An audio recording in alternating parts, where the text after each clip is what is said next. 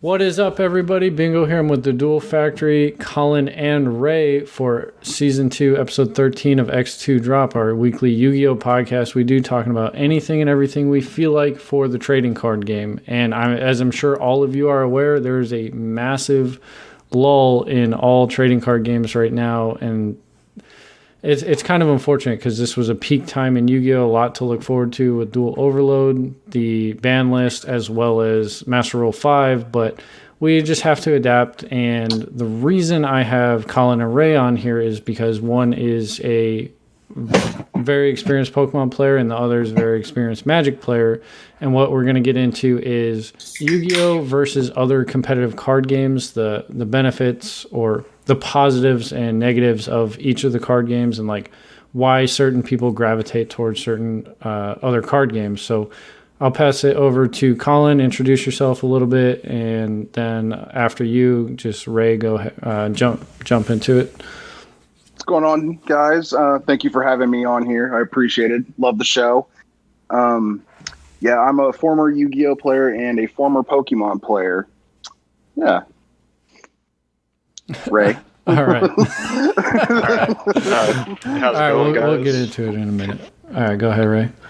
How's it going, guys? I'm Ray. I've played a bunch of TCGs over the years. Mainly my main TCG has been Magic. I played Yu-Gi-Oh! Starting at the end of Xyz format and dropped out around when Lynx came out, and then I started playing it again.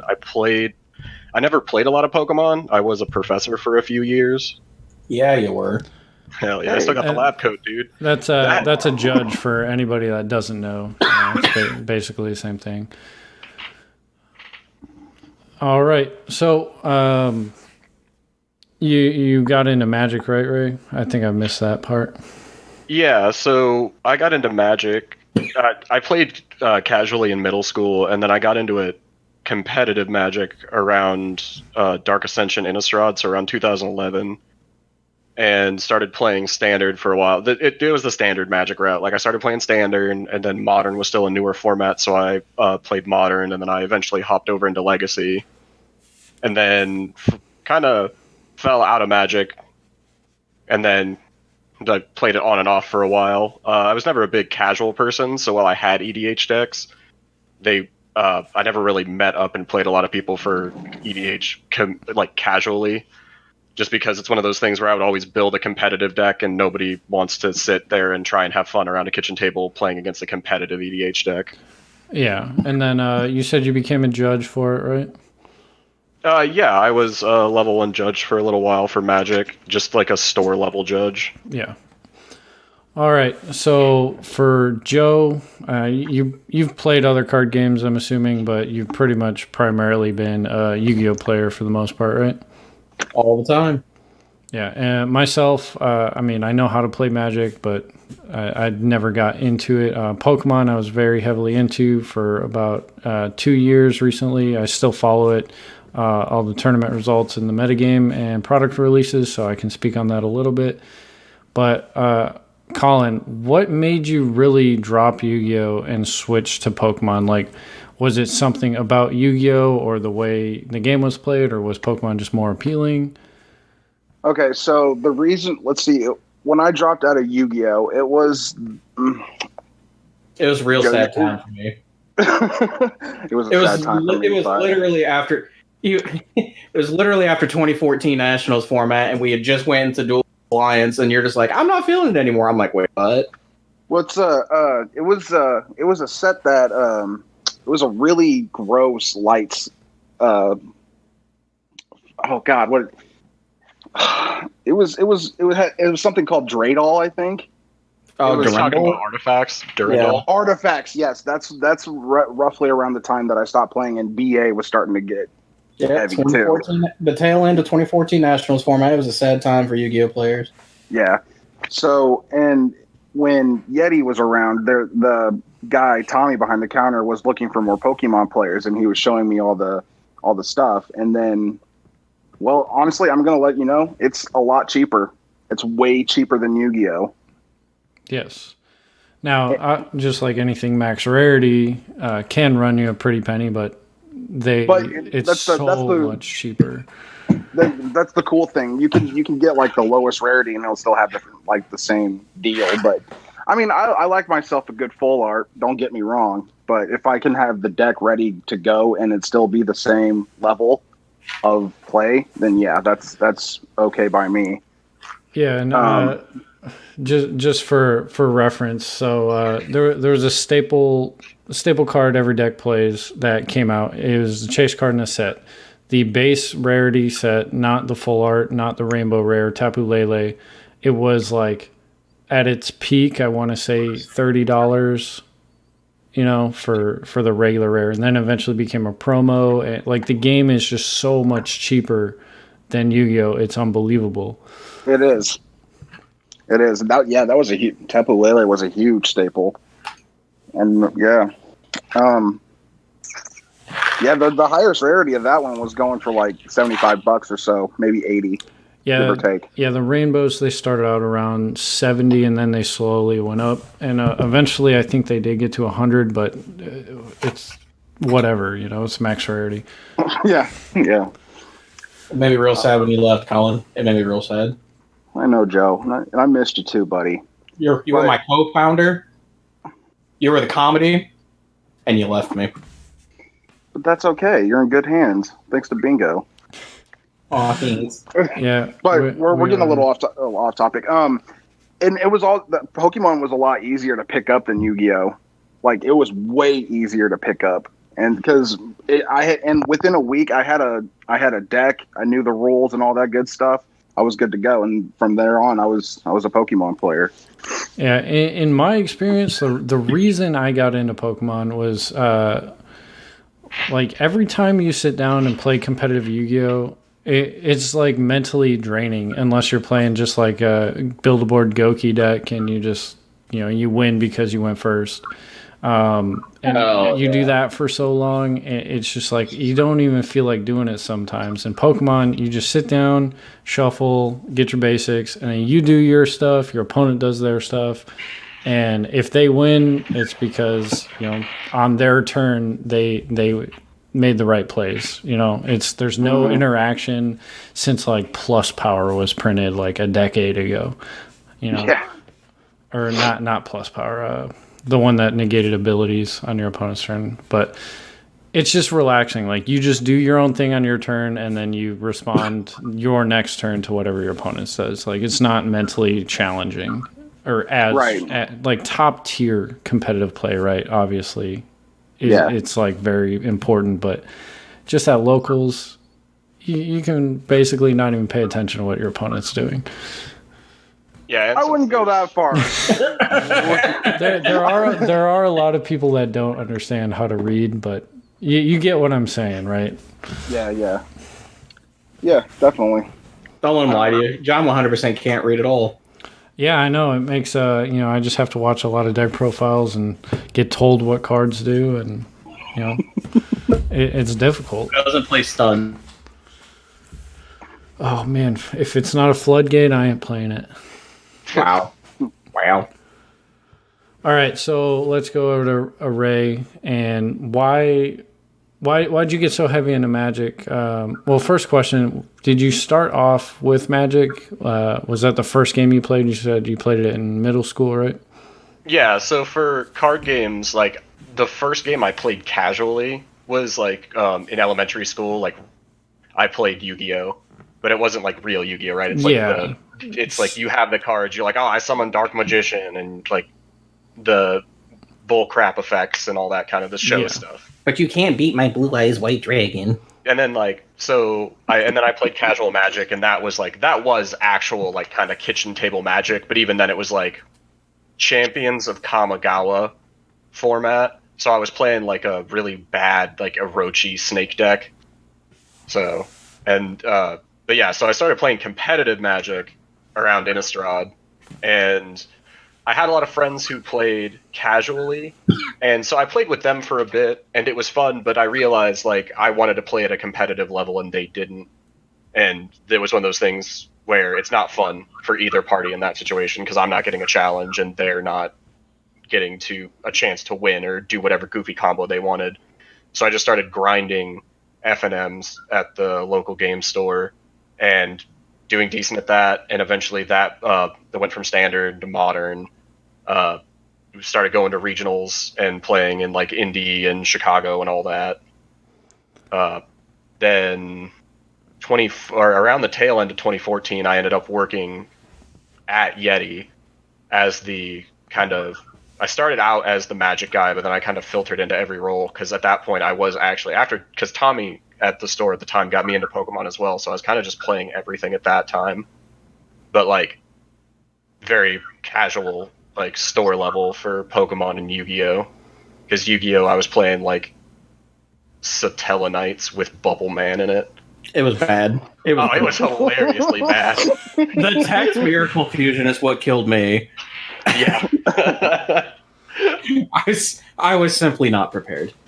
All right, so we got everybody's background.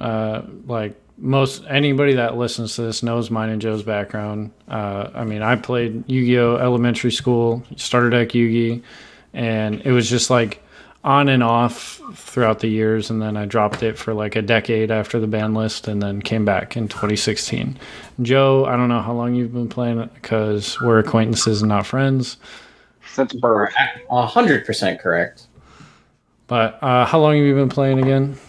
Since the dawn of man. So 2002? Yeah, I remember seeing it in like 2002, or I guess I take that back. I remember seeing it 2003, and then my dad took me and my brother to Toys R Us, and they had like one of those little like starter deck tournaments. Like, oh, cool, I'll play it. And I remember getting just destroyed by grown men, and it was fantastic. Yeah. And then I don't know what. It's like your weekends now. Keep playing it from there. I'm just like, you know what? I'm gonna keep playing. And then I played all the way up till 2007, and then I dropped it to focus on sports because I was a 3-sport athlete in high school. And then in college is when I got back in. Is when I got snake charmed back into it, is what I should say. And then like I've tried other like card games like in between there and here, and this is something about the aspect of having to like basically perform rocket science when you're doing Yu-Gi-Oh combos. I don't know. I just really like it.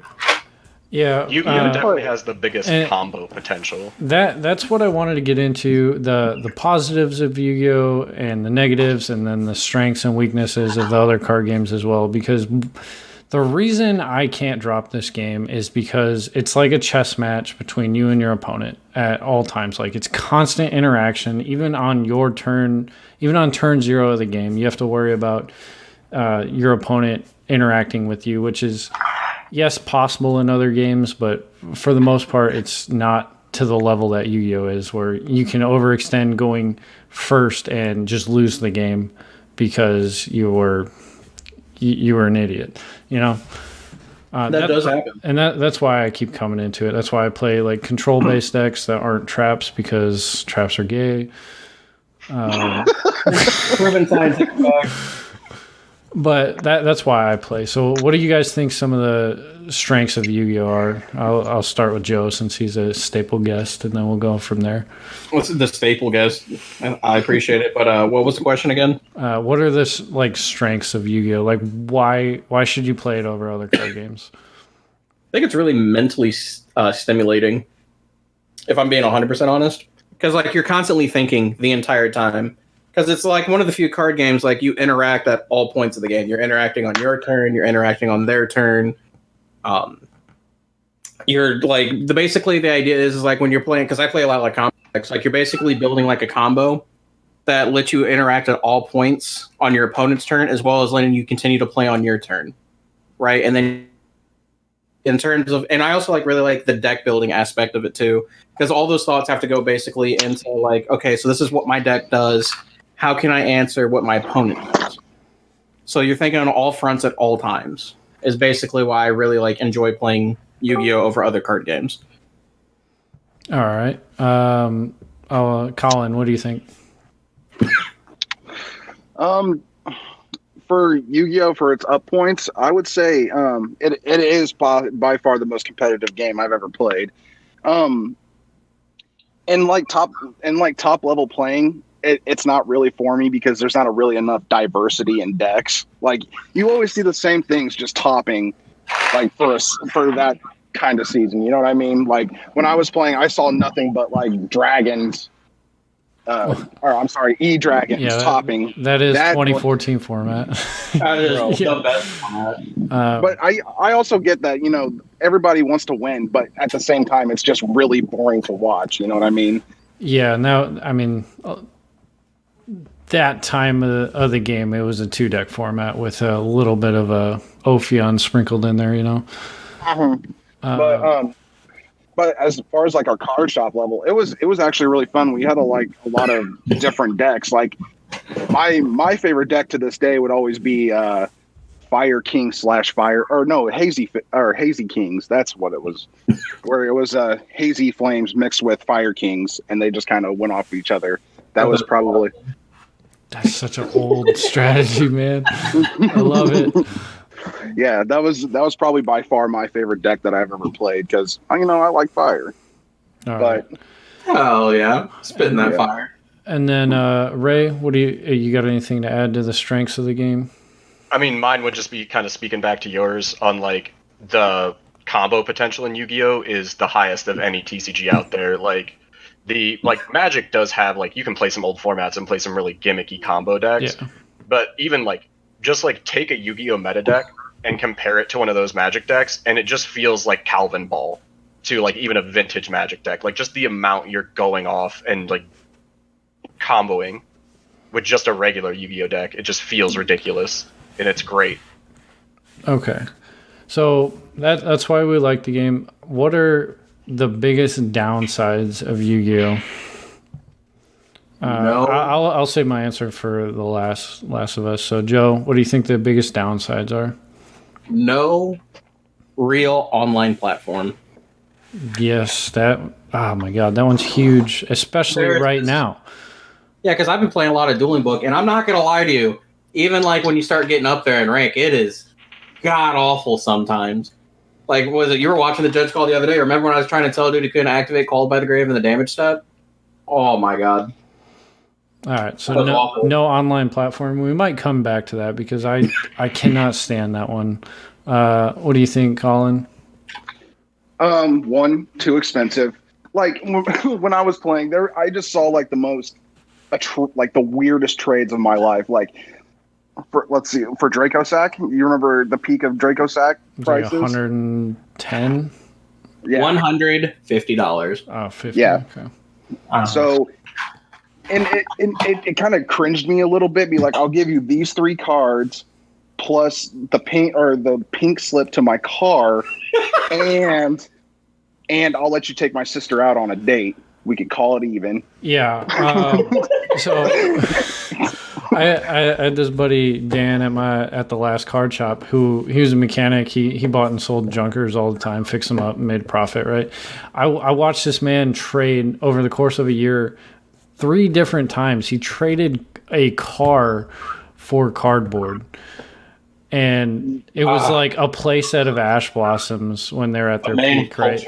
Yeah, it was that's how the game's expensive. Now I know vintage Magic is insanely expensive, but that's a different category. We're just talking about standard format metagame relevant stuff. It should not be $300 for a playset consistently. It's every single format. It feels like. I love it. I love burning money. All right, Ray, what's your biggest downside? So my biggest downside for Yu-Gi-Oh would be there's just a lack of formats, right? There's one format that's played. There's technically 2 that exist. Ah, you stole my thunder. But but that's the issue. That's what's great about Magic is Magic has a billion different formats, and there's always people to play it with. So it's no matter what you want to play or what competitive level you want to be at, there's a format for you. And there's also pretty much all the decks have the same kind of cost. So it's just oh, I don't want to spend that much, but I want to be competitive, go play standard, Yu-Gi-Oh doesn't have that. Yu-Gi-Oh is if you want to be competitive, you got to get whatever in a good format, there's 4 decks that are trading tops between regionals. You can choose which one you like the best and build it. It's still probably going to cost you $400 to $500. Yeah, and it's really frustrating to see that traditional format can never be a viable format, because if they modify it in any way, it takes away from the spirit of the idea of the format. But it would be really nice to see them support some other old format like Pokemon. I love the expanded format because you have all like this vast selection of card pool, and they regulate it so that there's no degenerate turn one wins. Basically, there's like 6 bans over the past 2 months that stopped you from just ending the game on your first turn. Rest in peace, Lysander's trump card. That was like what, 2 years ago? No, they banned Lieutenant Surge's strategy, Island Challenge Amulet, a couple other cards that were just super degenerate. Team Rocket something. I forget. I mean, if we're talking about toxicity, right? One of the like things with like, it's because there's lack of formats in Yu-Gi-Oh, right? We were talking about the problem with traditional, it's like the dark side of the jungle and the Lion King, right? You just don't go there. It's like it's a pool of toxicity that you just don't want to enter. Because there's the reason our ban list is like so like, I don't want to say like strict, but it's a lot more stern versus other card games because those cards are on there for a reason. So 2 things to that of like, I think the like one issue with Yu-Gi-Oh having formats versus like how Magic or Pokemon lays out formats where it's just you can play cards that are older is that since Yu-Gi-Oh works off an eternal ban list and it's just every card printed since Legend of Blue Eyes forward, right?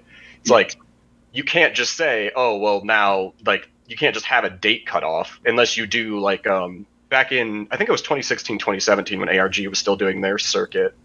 They were starting to do tournaments and I think they only did like 1 or 2 of them. Possibly, but it was like, oh, we're going to be playing this format, this ban list. Yeah, and I don't see why that can't be, at a YCS, they push out the information for the YCS way ahead of time. It's like, okay, there's either going to be a main event or a side event that's 2014 Nationals format or 2009, like some random format that people can prepare for. I don't see why it can't be Konami sanctioned formats. No, I think that would actually be really awesome if you go to a YCS and it's like, hey, main event starts at 10. Make sure your registration closes at 9:30. You like X2 the main event and then like starting at noon, like you X2 drop. Then you're like, oh, we're starting a side event. It's 2011 synchro format. Go jam it out. Like 2011 synchro format's kind of scary. Let's calm down there. All right. So before we move on to the other card games, what do you guys think if the traditional format, rather than every card at 3, but all the ban cards are at 1, what if every single card legal for play was at 1? Oh, there can only be 1. So it's like a Yu-Gi-Oh! Broken. It's like a Highlander format that I'm sure there's still degenerate bullshit, but I feel like that just inherently. Wait. Time out. Do we get pre-eroded cards or no? No. Son of a bitch. Yu-Gi-Oh! Database is end all be all. I don't know. I still think that becomes a little too wild because there's like specific cards that are like still like insane at 1 with the plethora of like stupid cards we have access to now, especially with like monsters. I think it's still. It might be a little too insane. Yeah, but I mean that's the idea of the format. It is kind of the Wild Wild West. It's kind of pushed. But your idea of it is pushed more towards a casual audience, right? Like this is never going to be like a main YCS like singleton thing. This is always going to be a hey, there's some table space. Yeah, maybe at your local OTS store they'll have like that format for some Konami sanctioned prize. I think even though it's still at a casual level, though, it's like Golden Age Superman in DC Universe. It's too powerful. There's too much going on. But think of all the anime bullshit moments that you get. It's like wait. Are we talking like Yugi always draws Dark Magician anime level, or are we talking about like Card of Sanctity? Everyone draws 6 like anime level because there's a big power gap there. It's just like the top deck of the century. You're about to lose and you top deck Painful Choice. Papa Colin, what do you think? Broken. All of it will be broken. Bet. Let's do it. But I think it'd be broken in a good way, right? Because like you're not guaranteed. I mean, yeah, it'll still be fun, of course. There's everything but consistency because of everything but consistency. I think you'd have to end up with something like what Magic has for EDH of like there's everything that's not banned is at 1, except there's also a few specific cards that turn out to be degenerate, and you just have to let casual play happen for a few months to know. Yeah, I wouldn't be opposed to like my extremely picky regulations set on the expanded format. Like, keep it as minimalistic as possible, but everything that's completely and utterly degenerate, which is most of the cards currently on the ban list, deserves to be banned. But I don't know. We could talk about this for forever, so I guess we should just move on. So moving on to Pokemon, Joe, you said there's a lack of online platforms for Yu-Gi-Oh!, which I agree. Pokemon, I think, has the best. I haven't messed with the Magic one, but Pokemon TCG Online is amazing. And the way the Pokemon Trading Card Game Company uses that platform is like, it just makes so much sense. They put a code card in every single product that you can go and validate online and open that product on your account, and you're building and trading online. And I think Yu-Gi-Oh! Can do that because they gave us those stupid-ass Duel Link promo cards that were useless. You couldn't even do anything with them in every freaking pack. Do you remember like the old tip cards that used to be in like the Dark Beginning packs? Yes. Oh my god! They can do that. They can do code cards. Those tip cards were awful. You can play this crystal counter in your crystal beast strategy and summon 4 of them on your opponent's turn. What does that fucking do for me immediately, asshole? There was one for Needle Trap, which was always hilarious because it's like, make sure you don't mill your ace card like the Dark Magician. Oh, I remember that one. I'm like, why am I worried about milling that cuck? It does more for me on my pile of graveyard cards than anywhere else, Kaiba.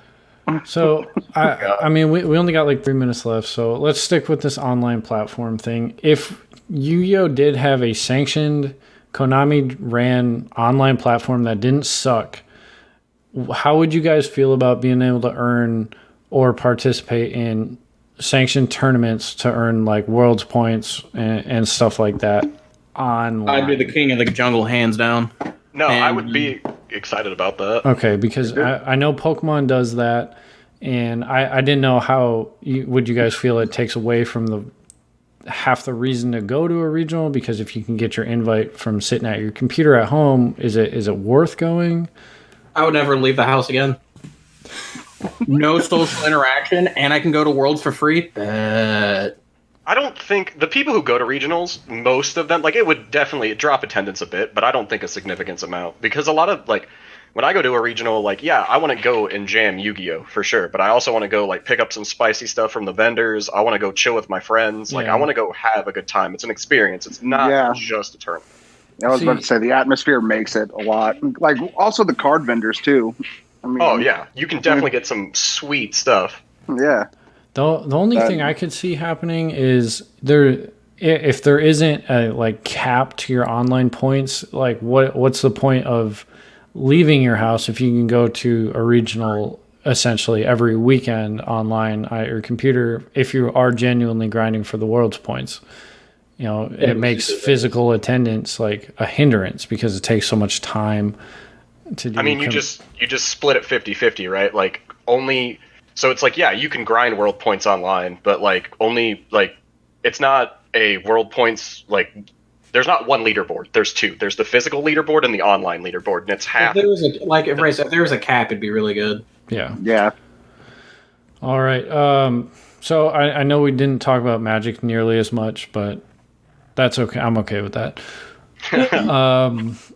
We got about a minute left. Joe, you got any closing comments? You know, not really. Biggest greatest card game of all time. Douglas French still has no sauce. Yeah, quarantine sucks. All right, Colin. You got anything? You know, this is your first time on the show. I appreciate you being on here. You got anything you want to say? Yeah, thank you for having me. I watch the show every week.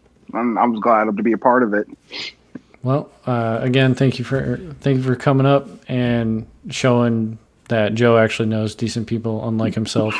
Oh, wow. Think less, my guy. All right, Ray, what do you got to say? Just thanks for having me on here. Always enjoy shitposting with you guys. So. All right. Well, guys, that has been this week's episode of X2 Drop. Immediately after this, me and Joe are going to go Theory Some Zoo again. Yeah, we are. If you have enjoyed this episode, please check us out same time, same place every week, 8 a.m. iTunes, Google Play, 10 a.m. on YouTube, youtube.com/theduelfactory, youtube.com/bingohd. Usually takes between 0 and 5 weeks to get an episode on Joe's channel, so bear with me. And I will see you guys back here next week. Peace out.